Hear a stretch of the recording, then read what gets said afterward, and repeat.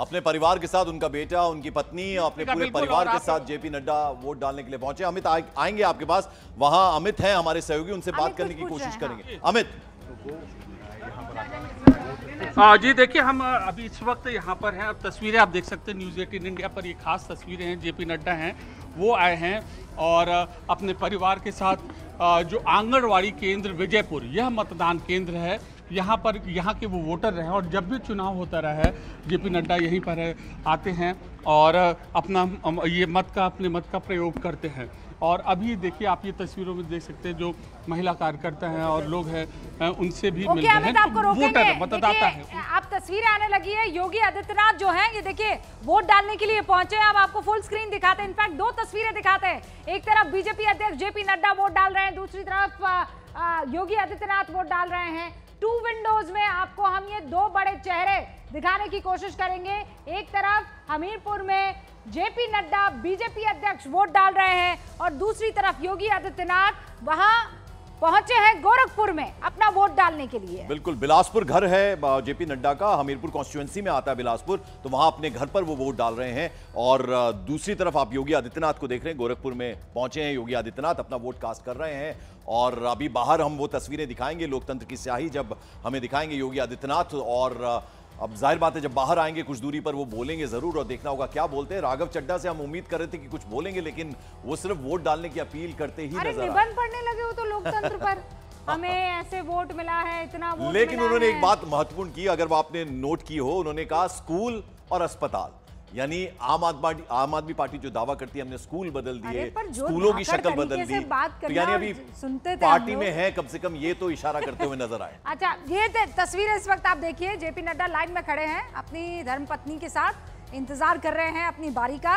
दूसरी तरफ योगी आदित्यनाथ, उत्तर प्रदेश सबसे बड़े सूबे सीटों के लिहाज से मुख्यमंत्री योगी आदित्यनाथ वोट डाल रहे हैं और दूसरी तरफ जेपी नड्डा को आप देख रहे हैं। ये दोनों ही कॉन्स्टिट्यूएंसीज बहुत महत्वपूर्ण है उत्तर प्रदेश, माफ कीजिएगा, एक है हमीरपुर और दूसरी है गोरखपुर। यहां पर कभी योगी आदित्यनाथ जो हैं वो चुनाव जीता करते थे, सांसद होते थे वहां से, और अब रवि किशन वहां से ताल ठोकते हैं। उसके बाद रवि किशन को ये जो है सौंपी गई है सीट और वहां खूब बदलाव, मैं इनफैक्ट वहां पर गई थी पंकज, खूब बदलाव देखा है। मतलब गोरखपुर में आप डेवलपमेंट के नाम पर अगर कहें तो अच्छा खासा हमने बनारस में भी वो चीज देखा है। रूबिका, आप बनारस जाती रही हैं, मैं बनारस जाता रहा हूं, जो वहां पर काम हुआ है बनारस में। और जब आप हमीरपुर का जिक्र करती है तो अनुराग ठाकुर केंद्रीय मंत्री है 5वीं बार, अगर इस बार वो सांसद चुनकर आते हैं तो 5वीं बार वो वहां से एमपी होंगे। और जबरदस्त काम सड़कों पर, अस्पतालों का, उनके पिता की और उनकी पैदाइश भी इनफैक्ट वहीं की है। नहीं है, पंजाब की वैसे, जालंधर की है, जालंधर की पिताजी की है, लेकिन अनुराग ठाकुर ने भी यही कहा है मुझे, हो सकता है। लेकिन हाँ, वहीं पर है। हाँ, तो हमीरपुर उनकी कॉन्स्टिट्यूएंसी। बुला रहे हैं हमें अमित। रूबिका, पंकज, मुख्यमंत्री योगी आदित्यनाथ ने अपना वोट कास्ट कर लिया। वोट कास्ट करने के बाद वो बाहर निकल चुके हैं। मैं आपको तस्वीरें दिखाऊं, देखिए यहाँ पर हर किसी को यहाँ पर हाथ जोड़कर संबोधन स्वीकार करते हुए और मुख्यमंत्री योगी आदित्यनाथ धीरे धीरे आगे बढ़ते हुए यहाँ पर देख सकते हैं। यहाँ तस्वीरों में धीरे धीरे आगे बढ़ते हुए मैं अपना वीडियो जर्नलिस्ट युगल को बुला रहा हूँ आगे, और देखिए अपना उंगली दिखाते हुए, जो सियाही लगी हुई उंगली है उस उंगली को दिखाते हुए मुख्यमंत्री योगी आदित्यनाथ यहाँ पर देखिए, मुख्यमंत्री योगी आदित्यनाथ, हम तस्वीरें आपको लगातार दिखा रहे हैं। मुख्यमंत्री योगी आदित्यनाथ जाहिर तौर पे अभी फिलहाल सियाही दिखा रहे हैं और सियाही दिखाने के बाद वो बातचीत करेंगे मीडिया से, रूबरू होंगे मीडिया से। और जरा तस्वीरें दिखाते रहिए मुख्यमंत्री योगी आदित्यनाथ की। एक शख्स उनके सिक्योरिटी गार्ड की धक्का मुक्की में गिर गया, जिसके बाद मुख्यमंत्री ने कहा कि आराम से, कोई किसी को आप धक्का ना दीजिए। और सीधे मीडिया से रूबरू होने के लिए मुख्यमंत्री योगी आदित्यनाथ पोडियम की तरफ जाते हुए, और हर बार जब भी विधानसभा चुनाव हो, लोकसभा चुनाव हो, पंचायत का चुनाव हो, तो उस दौरान जब वो वोट कर देते हैं तो उसके बाद मीडिया से वो रूबरू होते हैं यहाँ पर। अब बिल्कुल मुख्यमंत्री योगी हट जाओ यहाँ से, एनएससी हट जाओ, सब हट जाओ, पीछे से भी हट जाओ। अच्छा, सुरक्षा कर्मी जो है मीडिया कर्मियों को पीछे हटने की हिदायत दे रहे हैं और यही हिदायत योगी आदित्यनाथ भी देते हुए नजर आ रहे हैं। वो कह रहे हैं पीछे हट जाओ, और वहां बकायदा एक बूथ बनाया हुआ है जहां पर मीडिया कर्मियों को बाइट देंगे योगी आदित्यनाथ मुस्कुराते हुए। स्याही वाली वो उंगली अपनी दिखाते हुए, चेहरे पर मुस्कान है, और अब वो मीडिया कर्मियों से मुखातिब होंगे। दूसरी तरफ जेपी नड्डा भी अपनी वही स्याही लगी उंगली दिखा रहे हैं। आज लोकतंत्र का ये वो पर्व है जो अपनी समाप्ति की ओर है, क्योंकि भाई चुनावों का ये 7वां दौर अब खत्म होने वाला है। इनफैक्ट शुरुआत ही हुई है, शुरुआत 7 बजे वोटिंग की हुई है, और ये वोटिंग जो है 5-6 बजे तक चलने वाली है, तब तक जब तक कि आखिरी वोटर ईवीएम में अपनी पसंद को कैद ना कर ले। और फिर 4 तारीख जिसका सबको बेसब्री से इंतजार रहेगा और दिलों की धड़कनें बढ़ाने वाली वो तारीख है, और सबसे पहले नतीजे आप न्यूज़ 18 इंडिया पर ही देखेंगे। लेकिन उससे पहले आज शाम 4 बजे क्या होने वाला है रूबी? एग्जैक्ट पोल हम कह रहे हैं, एग्जिट पोल नहीं। और ये सुनिए क्या कह रहे हैं सीएम साहब। अंतिम चरण का चुनाव आज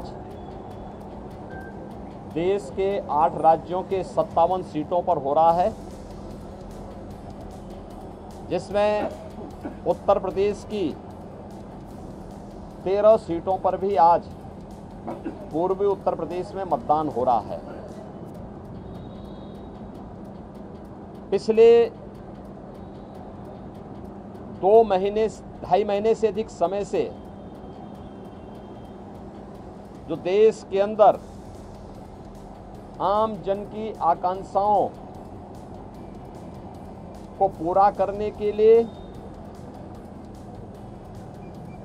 जनता जनार्दन की जो अपेक्षा थी उसके अनुरूप विभिन्न राजनीतिक दलों ने जनता जनार्दन के सामने अपने अपने मुद्दे रखे, अपनी सरकारों के समय के कार्य और कारनामों को रखे। आज अंतिम चरण में 8 राज्यों के 57 सीटों पर मतदान हो रहा है। उत्तर प्रदेश की भी इन 13 सीटों पर, जो हमारी पूर्वी उत्तर प्रदेश में महाराजगंज, गोरखपुर, कुशीनगर, देवरिया, सलेमपुर, बलिया, घोसी, गाजीपुर, वाराणसी, चंदौली, मिर्जापुर, रावड़सगंज, ये सभी सीट्स हैं। इन सब पे इलेक्शन प्रारंभ हो चुका है। मौसम की विपरीत परिस्थितियों के बावजूद भी मतदाताओं ने जो उत्साह दिखाया है, मैं सबसे पहले उन सभी मतदाताओं के प्रति हृदय से आभार व्यक्त करता हूं जिन्होंने लोकतंत्र के प्रति अपनी आस्था को व्यक्त करते हुए भीषण गर्मी में, टेम्परेचर इस समय 50 डिग्री के आसपास जा रहा है, जो संभवतः कई वर्षों के बाद और कई दशकों के बाद इस प्रकार की स्थिति हम सबको देखने को मिल रही है। लेकिन इस सब के बावजूद भी जनता का उत्साह कम नहीं है, बल्कि वह और भी मजबूती के साथ देश के अंदर नई सरकार गठन करने के लिए सरकारों के कार्यों का, कुछ सरकारों के कारनामों का अवलोकन करते हुए आज उसका मूल्यांकन कर रही है और उसके अनुसार मतदान भी कर रही है। हमारा मानना है कि देश के अंदर जो समर्थन प्राप्त हो रहा है उसको ध्यान में रखते हुए हम कह सकते हैं कि 4 जून को जब जनता जनार्दन का फैसला आएगा तो देश के अंदर आत्मनिर्भर और विकसित भारत के लिए विरासत भी और विकास भी, गरीबों के प्रति संवेदना भी, युवा पीढ़ी के उज्जवल भविष्य, जिन लोगों ने और जिन पार्टियों ने, जिन सरकारों ने काम किया है उसको पूरा आशीर्वाद प्राप्त हो रहा है और जनता को सुखद अनुभूति होगी देश को सुखद अनुभूति होगी कि मोदी जी एक बार फिर से प्रचंड बहुमत के साथ सरकार बनाएंगे। उत्तर प्रदेश इसमें अपनी भूमिका का निर्वहन करेगा पूरी मजबूती के साथ।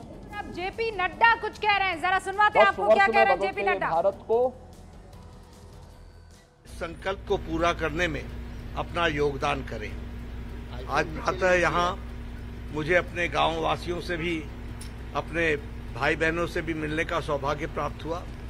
मन को भी बहुत अच्छा लगा, पुराने मित्रों से भी मिलने का सौभाग्य प्राप्त हुआ और मैं इसको प्रजातंत्र का त्योहार मानता हूँ, उत्सव मानता हूँ और प्रजातंत्र को मजबूत करने का इस उत्सव को ज्यादा से ज्यादा लोग मनाएं और सामर्थ्यवान भारत को आगे बढ़ाने में अपना योगदान करें। हम आपको बता दें जेपी